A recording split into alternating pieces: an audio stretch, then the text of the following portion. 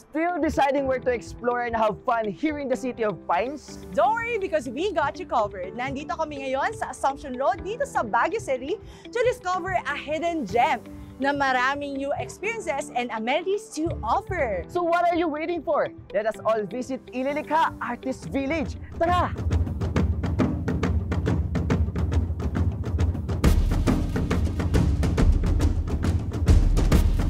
Ililikha is conceptualized by Tatay Kidlat Tahimik.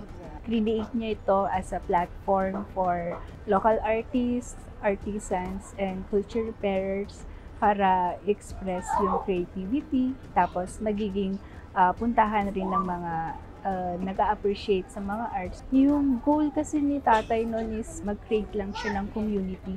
So ang sinasabi niya lagi is meron tayong kanya-kanyang duwende. So ilalabas mo yung duwende tapos ilalagay mo siya dyan.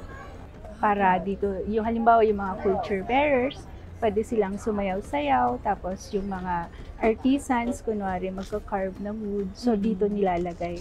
Tapos yung mga artists, pwede silang mag-paint, tapos ginawa rin ito, parang spontaneous siya. So parang naisip niya, okay, pwede siguro tayo maglagay ng shops para sa mga artists din. So yung mga owners most of the owners ng shops is artists din.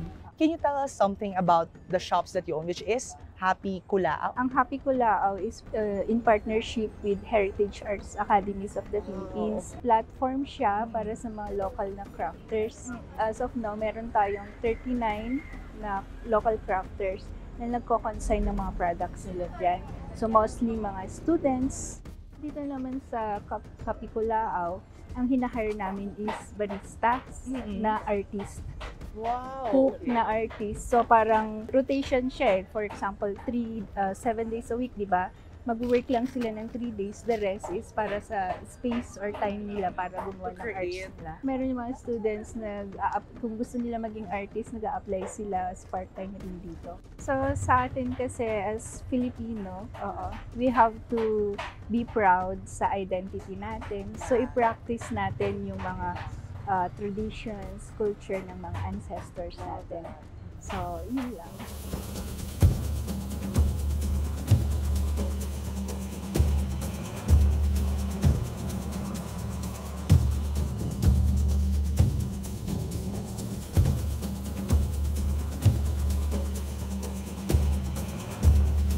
Ngayon kasama natin ngayon si Miss Maya Racuya, one of the owner of Little Milky Way. Ano po yung naging journey po ninyo sa pagtayo po ng business dito sa Ililikha? I have a friend kasi na nagtayo nitong business. Kaso lang yung partner niya, sadly, namatay bago nila i-open. So she was looking for other business partners. Vegetarian siya at that time, transitioning kami to vegetarian. So nakilala namin siya. Sabi niya, naghanap siya ng business partners to continue yung vegetarian space niya. Actually, yung observation namin, nung nag-start kami, medyo mas onte yung tao noon. Pero ngayon, mas marami. Tapos mas marami ding youth na pumupunta kasi yung space, aside from the space, yung mga innovations ng food na gusto nila ring itry. And then sometimes may mga art scenes din dito na nakakaengganyo sa mga kabataan. Yung lagi pong sinasabi sa amin ni Tatay Kidlat is gamitin yung sariling duwende, which is equivalent to the intuition natin. Laging ginagamit yung sariling duwende to come up with new things, collaborative with nature, with people, tsaka yung essence ng being a village. Ngayon, kasama ko naman dito si Sir Delfino Torres and one of the owner of Little Milky Way.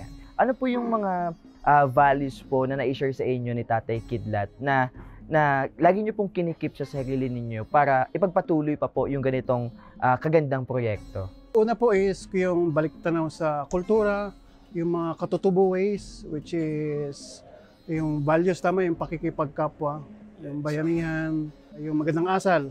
Pangalawa is pagiging creative kahit ano pa yung mga nasa surroundings mo na pwedeng maging magandang likha.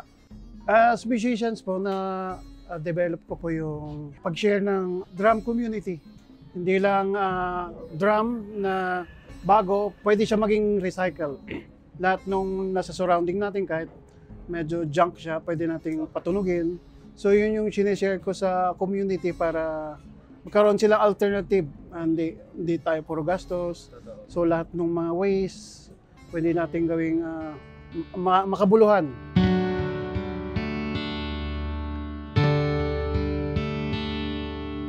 And now, andito tayo sa Segundo Shop, part of business here in Ililikha. Kasama natin si Miss Kat. We are Segundo Leatherworks, and all of our items are handcrafted by, well, basically my partner. He's the artist of the shop, Segundo. We make handcrafted leather goods, bags and wallets, but then also functional art pieces like hand-carved art pieces on leather. There's a lot of young people that come through here because we're in the university area of town. And I think it's kind of it's an interesting kind of funky type place. So it does attract young people. I think that our only challenge when it comes to technology is people don't realize that handcrafted things take a lot of time and effort and expensive materials to make. People don't really understand the difference in pricing and the amount of effort that's put into our crafts. But when you explain it to them, and the ones that actually really know, they know the worth. They see it and they understand it. So it's still correctable. You can still work with it. Well, it's nice because also the whole support local movement is getting popular now. So I think that is more, it's stronger with the youth than it is with, the older mentality was always like everything that's imported is better.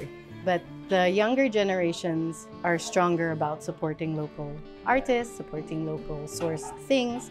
And we try as much as possible for the leather. We work with vegetable tanned leather.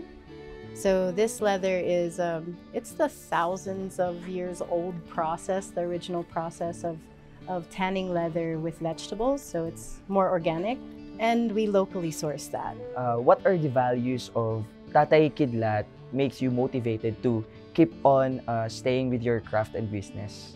Our work, like the artwork on some of the stuff, is not conventional leather crafting designs. Sometimes when you're in a business like this, you want to make money too, so you kind of tend to almost compromise the art in your work because you're thinking nobody's gonna buy that. It's too weird.